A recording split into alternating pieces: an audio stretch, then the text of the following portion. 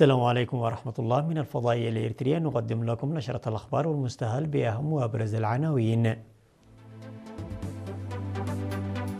حاكم إقليم جنوب البحر الأحمر يبحث مع السكان تعزيز الاستفادة من الخدمات الاجتماعية. مزارع الدبارة يؤكدون بأن بذور البطاطا المختارة توجد في وضع جيد. إدخال معدات حديثة في مستشفى الدغيح.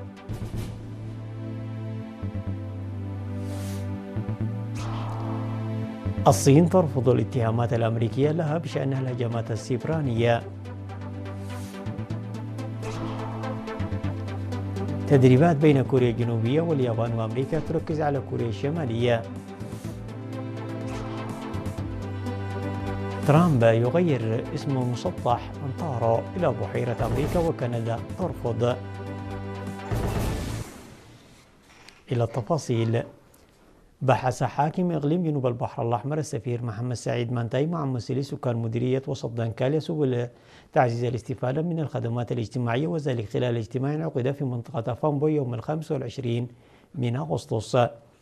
ودعا السفير محمد سعيد السكان إلى الاستخدام السليم والمحافظة على مؤسسات الخدمات الاجتماعية القائمة، لا سيما المؤسسات الصحية والتعليمية، بما يضمن تعزيز التنظيم والمشاركة الشعبية بما يتناسب مع المرحلة الراهنة. وأكد أن الاستفادة من الخدمات الاجتماعية التي تم توفيرها تعتمد بدرجة كبيرة على الاستخدام المسؤول من قبل السكان، مشددا على أهمية الاستخدام الرشيد لهذه المؤسسات وتعزيز إدارة المياه في مختلف القرى.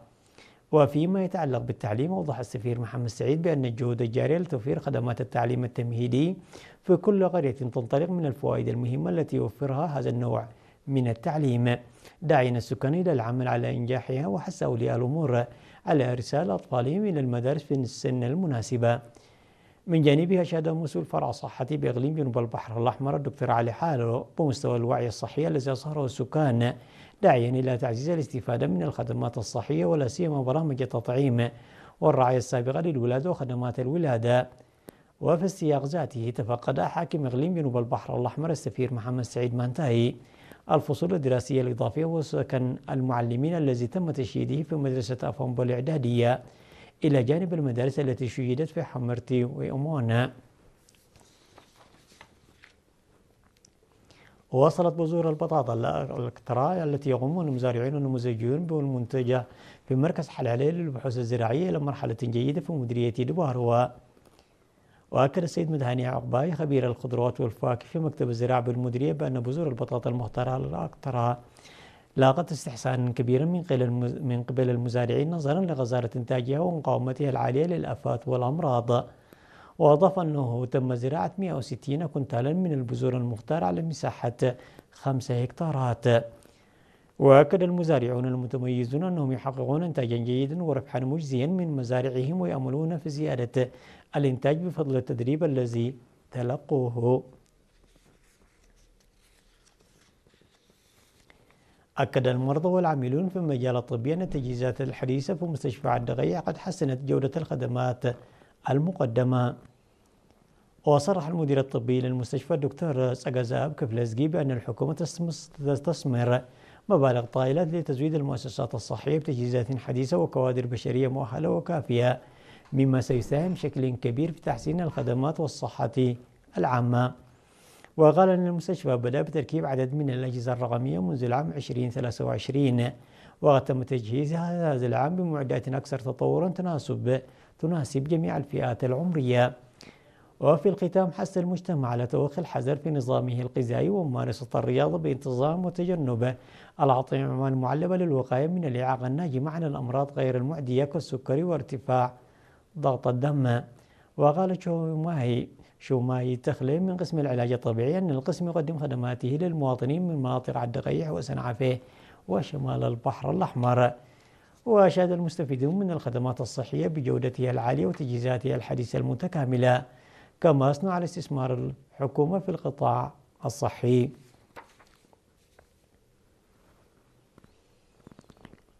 حث الخبراء الزراعيون على توسيع تطبيق برامج الزراعة المسقرة المربحة بمديرية الدخالة، مؤكدين أن نتائجها كانت مشجعة على المزارعين. جاء ذلك خلال تدريب أقيم في 22 من أغسطس واستهدف أكثر من 60 مزارعا من 11 إدارة ضاحية، حيث تلقى المشاركون إرشادات حول إعداد الأراضي بصورة سليمة والزراعة على خطوط واستخدام البذور المحسنة واعتماد الدورة الزراعية باعتبارها من الأساليب الفاعلة لتحقيق إنتاجية ودخل أفضل. وأكد المختصين أن نتائج برامج الزراعة المسقرة المربحة في المديرية كانت مشجعة، داعين المزارعين لتوسيع تطبيق هذه الأساليب والاستفادة منها في تطوير الإنتاج الزراعي. من جانبه أوضح ممثل مكتب الزراعة في المديرية سيد كيداني لاكاي أهمية التكامل بين أنشطة تطوير الزراعة المروية وتربية المواشي، داعيا إلى الحد من استخدام المبيدات والأسمدة الكيميائية نظرا للأضرار التي قد تنتج عن الإفراط في استخدامها. وفي سياق آخر أفادت معلومات بأن شابا يبلغ من العمر 22 عاما توفي جراء صاعقة في منطقة عد شورتو بمديرية عد خالة عقب هطول أمطار قزيرة.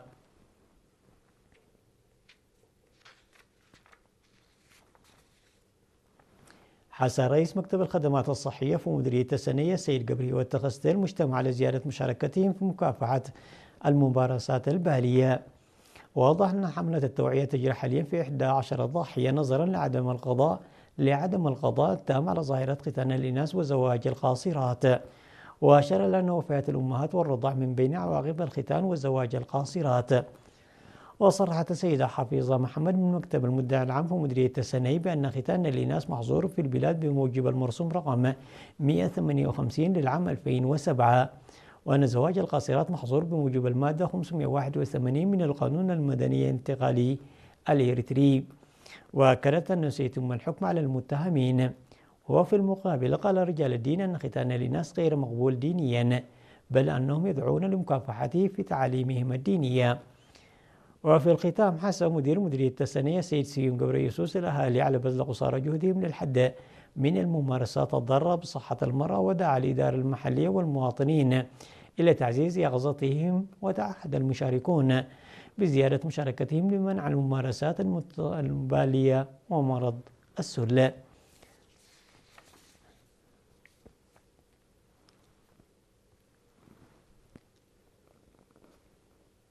أظهر تقييم يجري في مديرية أبورو بإقليم عنسبة بأن عدد الحوامل اللائي يخضعن للمتابعة المنتظمة في المرافق الصحية في المديرية آخذ في الازدياد. وفي الاجتماع التقييمي الذي حضره مدراء المراكز الصحية والمسعفون وممثلو الصحة في القرى والإداريون والسكان، قال ممثل الخدمات الصحية في المديرية الممرض فيليمون جويتوم إن عدد الحوامل اللائي يخضعن للمتابعة في المرافق الصحية آخذ في الازدياد، لكنه أشار إلى أن هنالك حاجة إلى بذل المزيد من الجهد نظرا لقلة عددهن. ففي النصف الأول من العام 2026 وحده أنجبت 1838 حاملا في المرافق الصحية بنسبة 29%، منهن استفدنا من غرف الانتظار بحسب إفادته، مضيفا أن التوعية العامة ضرورية لزيادة استخدام غرف الانتظار. وأضاف الممرض فيليمون أنه تم إنشاء مركزين صحيين في ضاحيتي هبرو سليم وغار عبل بمبادرة من المجتمع والحكومة. وحث على نشر ممارسة النظافة البيئية واستخدام وسائل الوقاية من السل وحظر الطبق والسجائر في المؤسسات الخدمية. من جانبها أشاد مدير مديرية هابورو سيد فتوي قبر مثقل بجهود الأهالي في تخفيف مشاكل مؤسسات الخدمات الاجتماعية، وحث القرى على التكاتف لتحقيق نتائج أفضل. وتضم مديرية هابورو 6 مرافق صحية، 5 منها في مراكز صحية في كل من فلفل وهابوروس عدا وأفعيون وقرع عبل وهابوروس الليم، بالإضافة إلى مركز صحي واحد في عريتاي.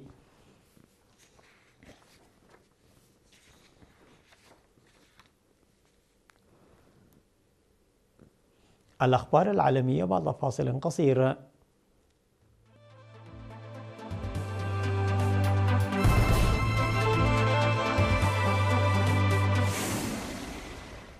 رفضت الصين اتهامات وزارة العدل الأمريكية لها بأن قراصنة بزعم واشنطن على صلة بالحكومة الصينية اخترقوا شبكات عدد من الأجهزة والوكالة الحكومية الأمريكية. ونفى المتحدث باسم السفارة الصينية لدى واشنطن علمه بالهجمات التي تحدثت عنها الإدارة الأمريكية، مضيفا أن الصين تدفع باستمرار في الأمن السيبراني. وشدد على أن بكين ستدفع بحزم عن حقوقها المشروعة ومصالح الشركات الصينية. وكانت وزارة العدل الأمريكية قد أعلنت في وقت سابق أن قراصنة مرتبطين بالصين اخترقوا شبكات وكالة الفضاء الأمريكية ناسا ومجلس الاحتياطي الفيدرالي ووزارة الطاقة ووزارة الصحة وغيرها من الأجهزة والهيئات الأمريكية.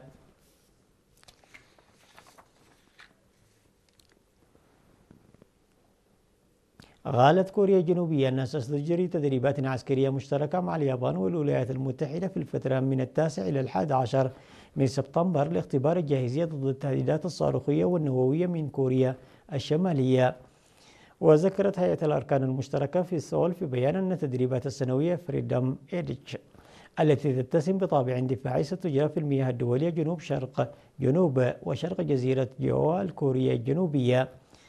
تأتي هذه المناورات الثلاثية بعد أن قلص الرئيس الأمريكي دونالد ترامب نطاق مناورات مشتركة كبرى مع كوريا الجنوبية، ثم ألقت الولايات المتحدة لاحقا تدريبات مشتركة لقوات مشاة البحرية كانت مقررة الشهر المقبل. هذا وذكرت وكالة الأنباء المركزية الكورية الرسمية أن وزارة الخارجية في كوريا الشمالية نددت بقرار الولايات المتحدة الموافقة على بيع صواريخ ومعدات ذات الصلة إلى كوريا الجنوبية، وتعهدت بالرد بقوة وفورا على التصرفات العدائية في مختلف المجالات.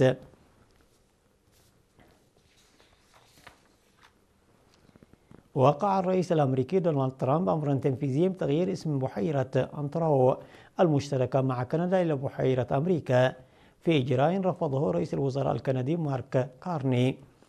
ووقع ترامب مرسوما في البيت الأبيض في هذا الصدد قائلا للصحفيين في المكتب البيضاوي أن التغيير سار المفعول في الحال في خطوة تأتي وسط حرب تجارية متصاعدة بين أكبر اقتصاد في العالم وجارته الشمالية.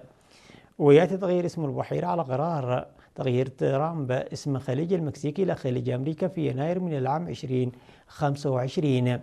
وفي المقابل رفض رئيس الوزراء الكندي مارك كارني الإجراء الأمريكي قائلا بأن بحيرة أنتراو ستحتفظ باسمها، ومبينا أن البحيرة تحمل هذا الاسم منذ أكثر من 400 عام، وهو أقدم من قيام الاتحاد الكندي ومن إعلان استقلال الولايات المتحدة.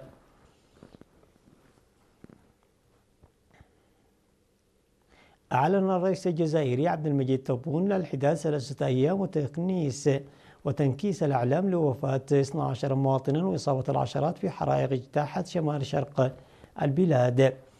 وقال تبون في رسالة تعزية إلى أسر الضحايا إن الأعلام الوطنية ستنكس عبر كامل التراب الوطني خلال فترة الحداد مع إلغاء كل مظاهر الاحتفالات والمنافسات الرياضية الوطنية، واصفا الحدث بأنه فاجعة. وأشار تبون الذي اعتبر البلاد تمر بفترة عصيبة إلى أن النيران أباقت مواطنين في وقت شارعت فيه السلطات في تعويض المتضررين من حرائق سابقة أخمدت. وأعلن الدرك الوطني إغلاق 3 محاور رئيسية تربط مناطق شرق البلاد بسبب حرائق الغابات قرب مدن بجاي وجيجال وسطيف.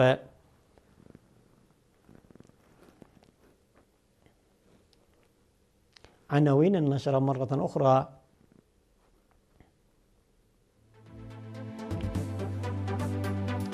حاكم إقليم جنوب البحر الأحمر يبحث مع السكان تعزيز الاستفادة من الخدمات الاجتماعية. مزارعو دبارو يأكدون بأن بذور البطاطا المختارة توجد في وضع جيد. إدخال معدات طبية حديثة في مستشفى عد غياح.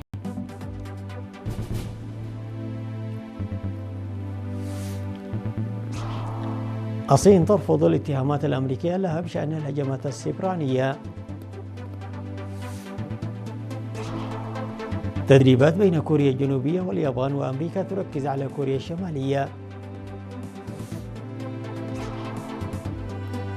ترامب يغير اسم مسطح أنتراو إلى بحيرة أمريكا وكندا ترفض. وصلنا إلى ختام النشرة التي قدمناها لكم من الفضائية الإريترية، وإلى اللقاء.